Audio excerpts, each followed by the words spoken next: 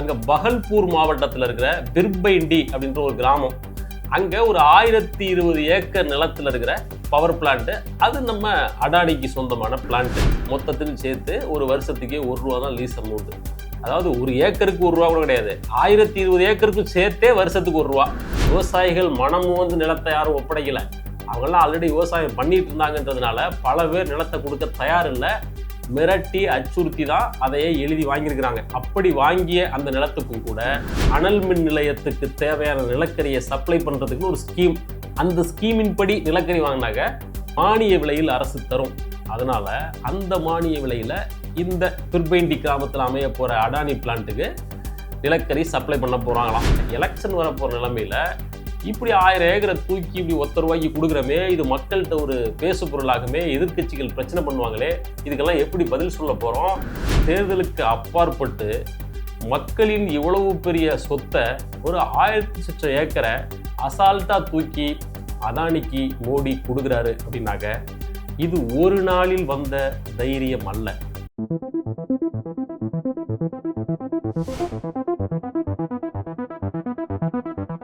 நம்ம ஏழைத்தாயின் மகன் நரேந்திர தாமோதரதாஸ் மோடி இருக்காப்லையே, அவர் கூடவே ஒரு செவ்வாழை சுத்துறாரு. அவருக்கு பேர் கௌதம் அடானி. அந்த அடானிக்கு நம்ம மோடி நேற்று ஒரு கிஃப்ட் கொடுத்துருக்காப்ல. அது என்ன கிஃப்ட்னா, ஒரு 1020 ஏக்கர் நிலம். இந்த மொத்த நிலத்தையும் அடானிக்கு தூக்கி கொடுத்துட்டு ஏன்பா ₹1 கொடு அப்படின்னு வாங்கியிருக்காப்ல. அதாவது 1020 ஏக்கர் நிலத்தை அடானிக்கு வெறும் ₹1 கொடுத்துருக்கிறாரு நம்ம மோடி. உங்கள் காதில் எதுவும் தப்பாக விழலை, நானும் தப்பாக சொல்லலை. மொத்தம் 1020 ஏக்கர் நிலம், ₹1 வருஷத்துக்கு. இப்படி ஒரு டீலை முடிச்சிருக்கிறாரு நம்ம மோடி. ஷாக்கிங்காக இருக்கா? இதை விட ஸ்பெஷல் ஐட்டம்லாம் இருக்குது. வாங்க விரிவாக பார்க்கலாம். வெல்கம் டு பிடி லென்ஸ்.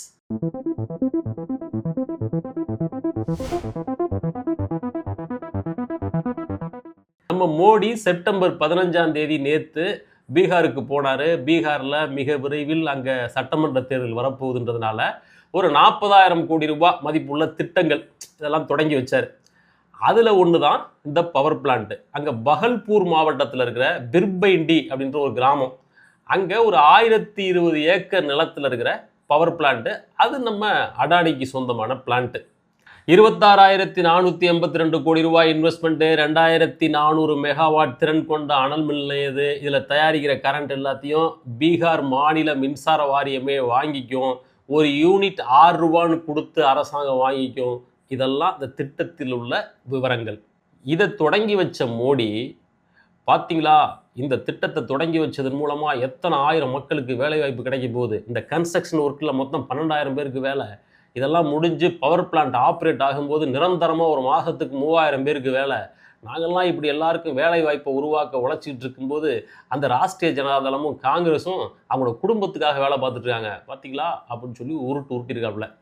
பட் நம்ம ஏழைத்தாயின் மகனின் மனதை எப்படி சிந்திக்கும் அப்படின்னு நமக்கு தெரியும்ல. அடுத்த நாளே இந்த மேட்ரு வந்துருச்சு. அதுதான் இது. அதாவது அந்த பிர்பைண்டி கிராமத்தில் 1020 ஏக்கரை தூக்கி கொடுத்துருக்காரு இல்லையா, மொத்தத்துக்கு சேர்த்து ஒரு வருஷத்துக்கே ₹1 தான் லீஸ் அமௌண்ட்.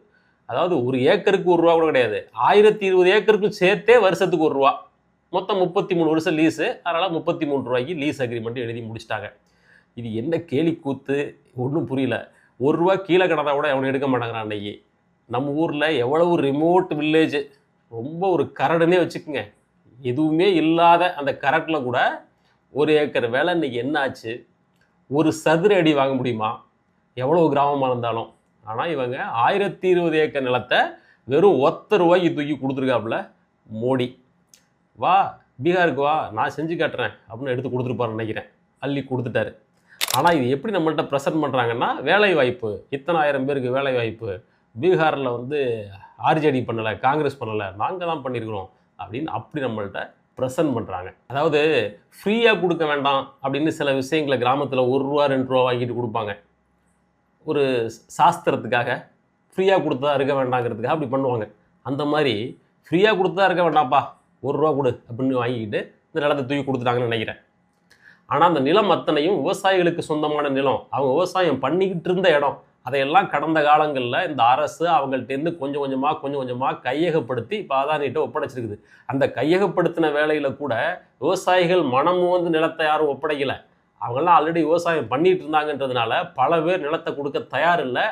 மிரட்டி அச்சுறுத்தி தான் அதையே எழுதி வாங்கியிருக்கிறாங்க. அப்படி வாங்கிய அந்த நிலத்துக்கும் கூட இப்போ வரைக்கும் உரிய காம்பன்சேஷன் கொடுக்கப்படலை அப்படின்னு சொல்லி 75க்கும் அதிகமான விவசாயிகள் அங்கே வழக்கு நடத்திட்டு இருக்காங்க. மொத்தம் 876 விவசாயிகள்டேருந்து தான் அந்த 1020 ஏக்கர் நிலத்தை வாங்கியிருக்கிறாங்க. ஒரு 90% பேருக்கு ஏதோ கெட்டதுக்கு பாதியாக கொஞ்சம் காம்பன்சேஷன் அமௌண்ட்டை கொடுத்து மிரட்டி வாங்கிட்டாங்க. மிச்சம் ஒரு 75 பேருக்கான வழக்கு இன்னமும் நிலுவையில் இருக்குது. அந்த நிலைமையில தான் இப்போ வந்து நம்ம மோடி போய் பவர் பிளான்ட்டையே ஆப்ரேட் பண்ணி வச்சுட்டாரு. அதாவது அடிக்கல் நாட்டி வச்சுட்டாருன்னு 10 மாதத்தில் அது வந்து செயல்பாட்டுக்கு வரும் அப்படின்னு சொல்லியிருக்கிறாங்க. ஆனால் அதிர்ச்சி இத்தோட முடியல. இந்த அனல் மின் நிலையத்துக்கு தேவையான நிலக்கரி இருக்கு இல்லையா, நிலக்கரியை வச்சு தானே அனல் மின் நிலையத்தில் மின்சாரம் தயாரிப்பாங்க. அதுக்கு தேவையான நிலக்கரியை சக்தி கோல் ஸ்கீம் அப்படின்னு மத்திய அரசு ஒன்று நடத்துது. அதாவது இந்தியாவில் இருக்கிற இது போல் அனல் மின் நிலையத்துக்கு தேவையான நிலக்கரியை சப்ளை பண்ணுறதுக்குன்னு ஒரு ஸ்கீம். அந்த ஸ்கீமின் படி நிலக்கரி வாங்கினாக்க மானிய விலையில் அரசு தரும்.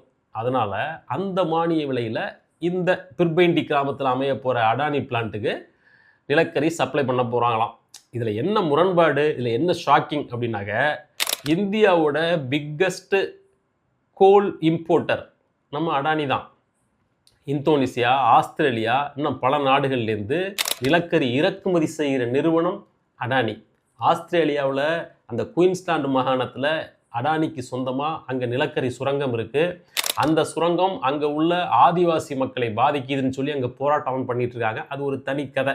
எனவே நிலக்கரியை நிறைய இறக்குமதி செய்கிறவர் அடானி. இந்தியாவிலேயே நிறைய நிலக்கரி சுரங்கங்களை இவருடைய நிறுவனம் ஆப்ரேட் பண்ணுது. ஆனாலும் கூட இந்த பிளான்ட்டுக்கு அரசாங்கத்துக்கிட்டேருந்து மானிய விலையில் நிலக்கரியை வாங்கிக்கிறாங்க. ஆக மொத்தத்தில் நிலத்தை ஃப்ரீயாக கொடுத்துட்றாங்க. அதில் ப்ராடக்ட் உற்பத்தி பண்ணுறதுக்கு தேவையான ரா மெட்டீரியலான இந்த நிலக்கரியையும் சகாய விலையில் கொடுத்துட்றாங்க. இதில் உற்பத்தி பண்ணுற மின்சாரம் இருக்கு இல்லையா, அதை ஒரு யூனிட் 6 ரூபான்னு கொடுத்து அரசாங்கமே விலைக்கு வாங்கிக்கும். இட் மீன்ஸ் மக்கள் தலையில் கட்ட போகிறாங்க. இந்த டீல், இப்படி ஒரு டீல் யாருக்கு கிடைக்கும்? இது போக அந்த 1020 ஏக்கர் நிலத்திலையும் கிட்டத்தட்ட 10 லட்சம் மரங்கள் இருக்குது. இப்போது அனல் மின் நிலையம் அமைக்கணும்னா அந்த மரம் பூராத்தையும் வெட்டணும். அது உருவாக்க போகிற சுற்றுச்சூழல் சீர்கேடு, இதெல்லாம் ஒரு பக்கம். இதை பற்றின டிபேட்டு, சர்ச்சைகள் இது ஒரு பக்கம் ஓடுது. இது எதை பற்றியும் நிதிஷ்குமாரோ அடானியோ மோடியோ கண்டுக்க போகிறது இல்லைன்னு வைங்களேன். இதெல்லாம் எக்ஸிஸ்டிங் இஷ்யூ. இந்த அனல் மின் நிலையத்தை ஒட்டி எழுந்திருக்கிற பல பிரச்சனைகளில் இது ஒரு கோணம். ஆனால் நம்மளுடைய டவுட் என்ன அப்படின்னாக்க, எந்த நம்பிக்கையில் இவ்வளவு துணிஞ்சு செய்கிறாங்க? இத்தனைக்கும் பீகாரில் இந்த 2 மாதத்தில் 3 மாதத்தில் தேர்தல் வரப்போகுது.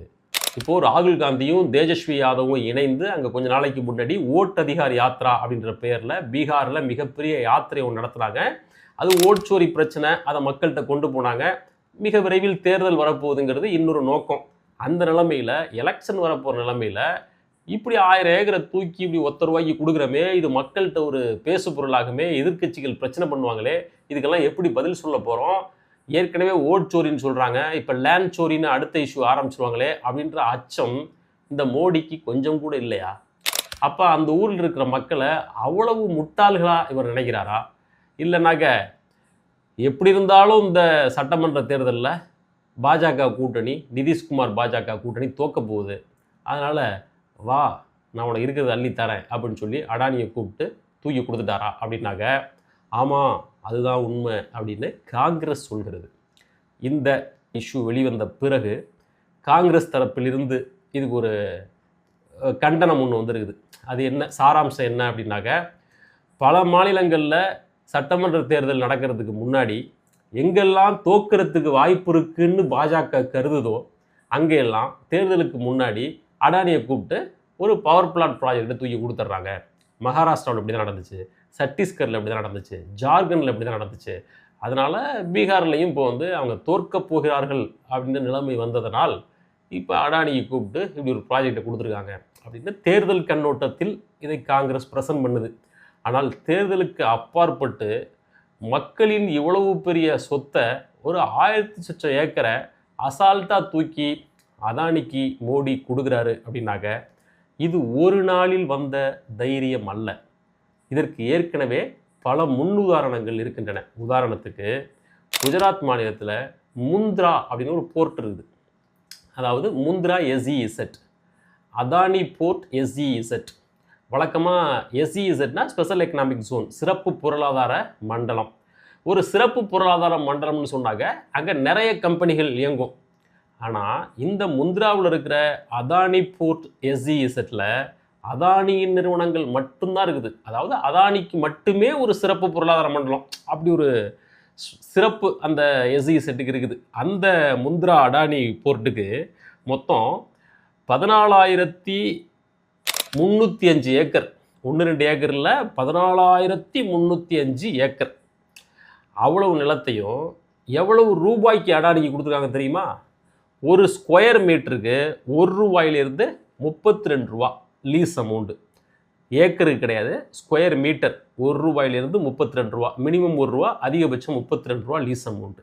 ஆனால் அதே குஜராத்தில் இந்த நானோ கார் தொழிற்சாலை அமைக்கிறதுக்காக டாட்டாவுக்கு ஒரு 1,100 ஏக்கர் நிலத்தை ஒதுக்குனாங்க. அதுக்கு எவ்வளோ தெரியுமா? ஒரு ஸ்கொயர் மீட்டருக்கு ₹900. மாருதி சுசுக்கிக்கு ஒரு ஸ்கொயர் மீட்டருக்கு ₹670. இன்னொரு கம்பெனி ஃபோர்டுக்கு ஒரு ஸ்கொயர் மீட்டருக்கு ₹900. இப்படி பல கம்பெனிகள் இருக்குது. அதாவது இவங்களுக்கெல்லாம் ₹670, ₹900. ஆனால் அடானிக்கு மினிமம் ₹1, மேக்ஸிமம் ₹32 தான். எத்தனை மடங்கு இவங்களுக்கெல்லாம் அதிகம் வைக்கிறாங்க, எத்தனை மடங்கு குறைவாக அடானிக்கு கொடுக்குறாங்க அப்படின்னு பாருங்கள். இதில் சம்மந்தப்பட்ட தொகையெல்லாம் இருக்குல்ல, ₹1, ₹32, ₹970, ₹900, இப்படியெல்லாம் அந்த அமௌண்ட்லாம் பார்க்கும்போது ஏதோ சின்ன வியாபாரம் போல இருக்கின்ற மாதிரி நமக்கு ஒரு மயக்கம் வருகிறது. ஆனால் அப்படி இல்லை. இதெல்லாம் 14,000 ஏக்கரு, மிகப்பெரிய லட்சம் கோடி ரூபாய் மதிப்புள்ள தொகை இது. நம்மளால் மதிப்பிட முடியாத அளவுக்கு மிகப்பெரிய தொகை இது. ஆனால் இந்த 10-11 வருஷத்தில் நம்ம அடானிக்கு செஞ்ச ஃபேவரெல்லாம் கூட்டி கழிச்சு பார்த்தாக்க அது இந்தியாவுக்கு ஒரு 10 வருஷத்துக்கு பட்ஜெட் போடலாம். அவ்வளவு பிரம்மாண்டமான சகாயங்களை அள்ளி வீசியிருக்காப்புல. அதனால் இந்த பீகார் மாநிலத்தில் கொடுக்கப்பட்ட 1,020 ஏக்கர் நிலம் அப்படிங்கிறது, நம்மெல்லாம் காய்கறி கடையில் காய்கறி வாங்கும்போது கருவேப்பிலை கொசுறு போடுவாங்கள்ல, அந்த மாதிரி இதெல்லாம் ஒரு கொசுறு மாதிரி. சரி, அதானிக்கு அதெல்லாம் கொசுறு, நம்மெல்லாம் டேஸ் அப்படின்னு சொல்லலாம். இருந்தாலும் நாகரிகமாக சொல்கிறதா இருந்தால், சீமான் மொழியில் சொல்வதாக இருந்தால், நம்மெல்லாம் மோடிக்கு வெறும் பிசுறு. இதே போல் இன்னும் ஒரு வீடியோவில் சந்திக்கலாம். நன்றி, வணக்கம். அதற்கு முன்னால் சேனலை சப்ஸ்கிரைப் பண்ணிடுங்க. தேங்க்யூ.